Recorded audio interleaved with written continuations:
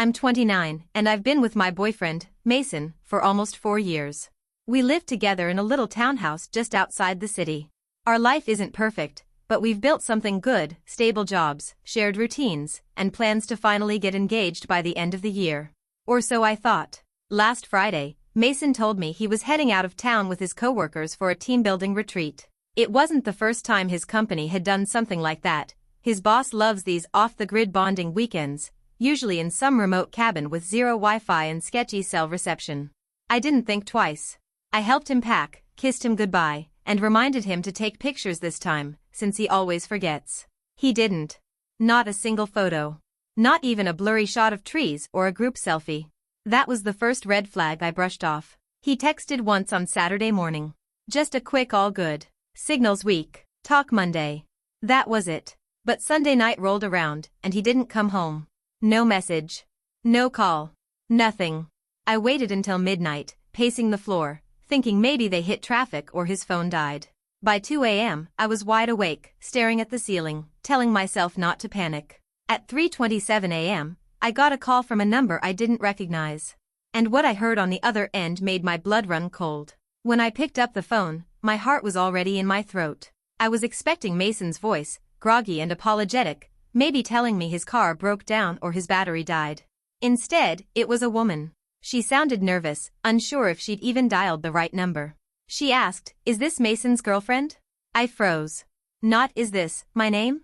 Not "Hi, I'm with Mason." Just that question.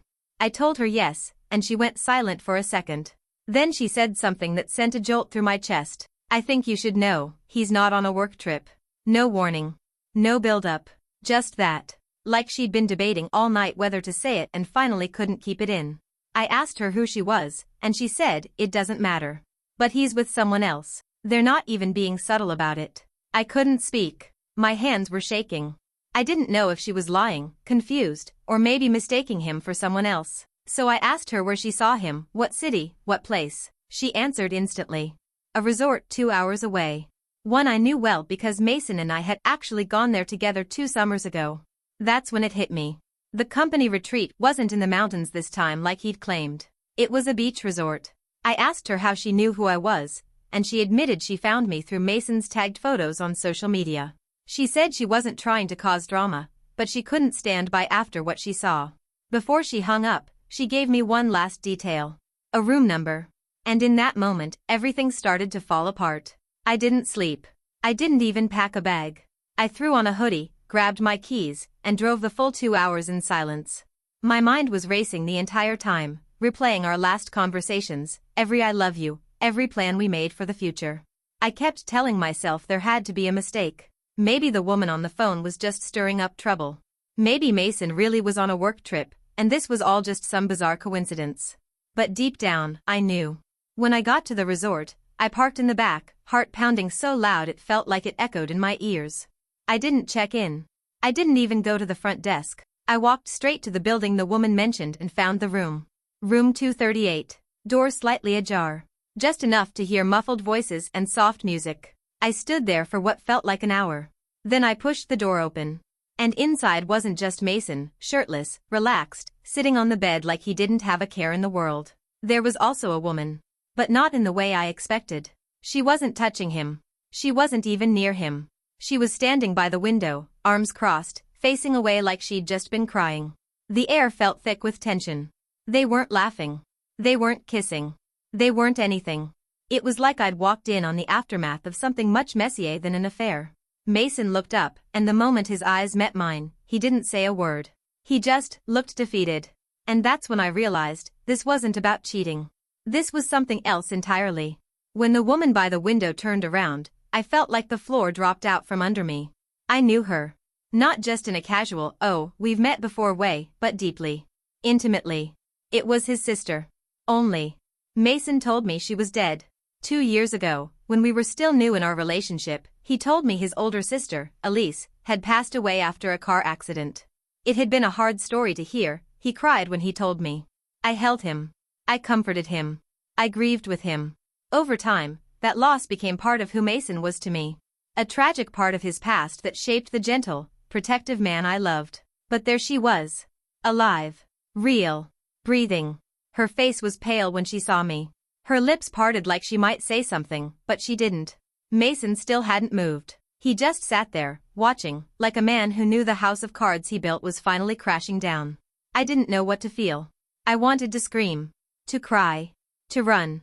Instead, I stood frozen at the door, trying to process what the hell I'd just walked into. Why would he lie about something like that? Why would he let me mourn a person who wasn't even gone? Why hide her?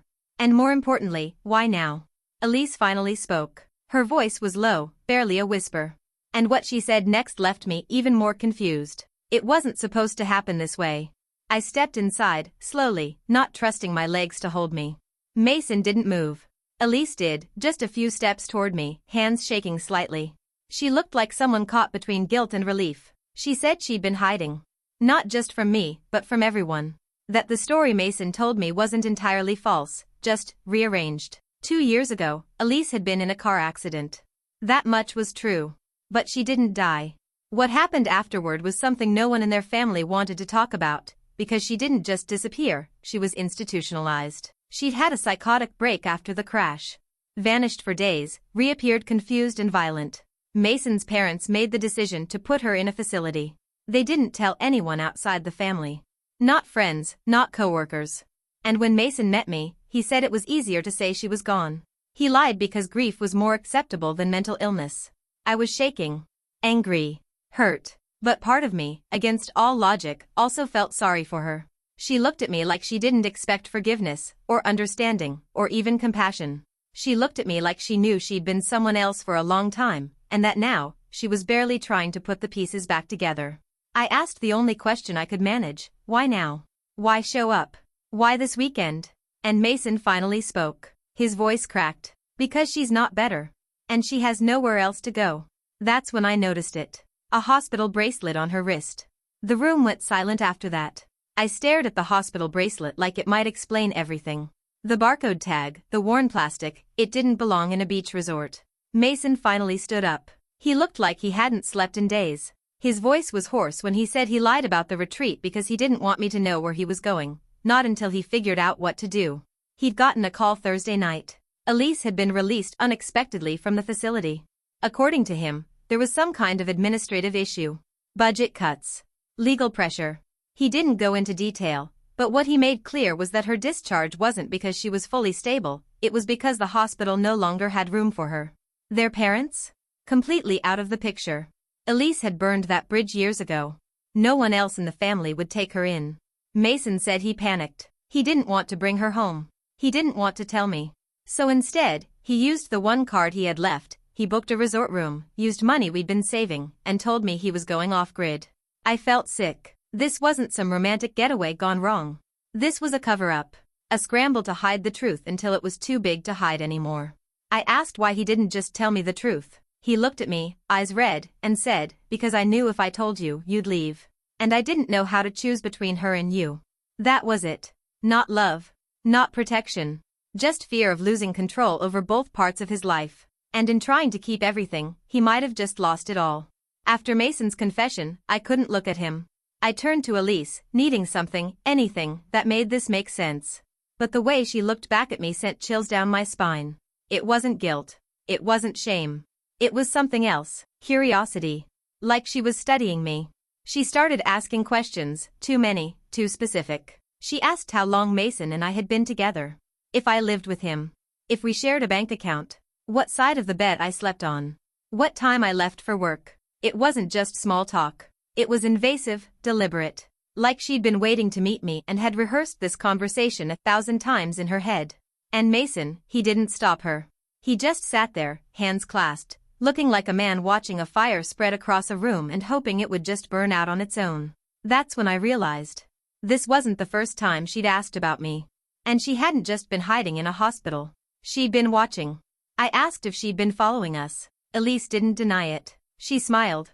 And said, you leave your window open a lot. That smile, quiet, calm, almost proud, froze me in place. I didn't know what she meant at first. I assumed it was a bluff. A threat meant to unnerve me. But then she said something that made my blood turn cold. You have that photo on the fridge, the one from your trip to Charleston. The one where Mason's wearing that ugly red sweater. It's crooked. My knees buckled. Because she was right. That photo was crooked. I straightened it almost every morning. I never thought anything of it. A small magnet, a slippery surface. That's all. But Elise knew. She knew because she'd seen it. Up close. I looked at Mason, waiting for him to say something, deny it, yell, anything. But he didn't look surprised. He looked afraid. I whispered, "She's been in our house?" And Mason said nothing. Which told me everything. I backed away, heart pounding so hard I thought I might faint. The room felt like it was shrinking. Elise just tilted her head, almost childlike, and said, "I only went in once. I just wanted to see how you lived." That's when it clicked. This wasn't just about her needing help. This was about obsession. And somehow, Mason had known, maybe not all of it, but enough. Enough to lie. Enough to hide her. Enough to make me wonder how long she'd been watching, and what else she'd touched. I left the resort. I didn't say goodbye. I didn't wait for answers. I got in my car and drove, barely remembering the road, my hands numb on the wheel. I don't even remember crying, just this deep, cold weight sitting in my chest like a stone that wouldn't move. When I got home, it was almost dawn. I hadn't stepped inside since Mason left for the retreat. The house was dark, quiet. Nothing looked out of place, at first. But when I went upstairs, into our bedroom, my heart started racing. There was a smell. Faint. Familiar. Lavender soap. The kind I don't use. And the top drawer of my nightstand was slightly open. I never leave it open. I'm meticulous with it. Inside are personal things, old birthday cards, a worn journal, a pair of earrings Mason gave me on our second anniversary. It's my little box of history. But when I opened it fully, it was off. The cards were out of order. The journal was upside down. The earrings were missing. I tore the drawer apart. The earrings were on the floor, under the bed. Like they'd been dropped in a hurry. I felt dizzy. Violated. Elise had been here. In our room. In my space. And Mason knew. Because under the pillow on his side of the bed was something else. A photo. Not one I'd seen before. Not one we'd ever taken. It was a picture of me, sleeping. I held that photo in my hands, heart thundering in my ears. It wasn't printed on glossy paper, it was a quick, blurry Polaroid. But it was unmistakably me. Lying in bed, turned slightly toward the window, my face half lit by a lamp I always leave on at night. I don't remember anyone ever taking it. Because no one ever should have. I dropped it and stumbled back. The air in the room felt thick, wrong. Every shadow looked like it was breathing. Then I noticed the handwriting on the back. Just 4 words. She doesn't see me. I couldn't breathe. I couldn't think. I grabbed my phone with shaking fingers and called Mason. He didn't answer. I called again. Voicemail. So I texted him one word, "Why?" No response.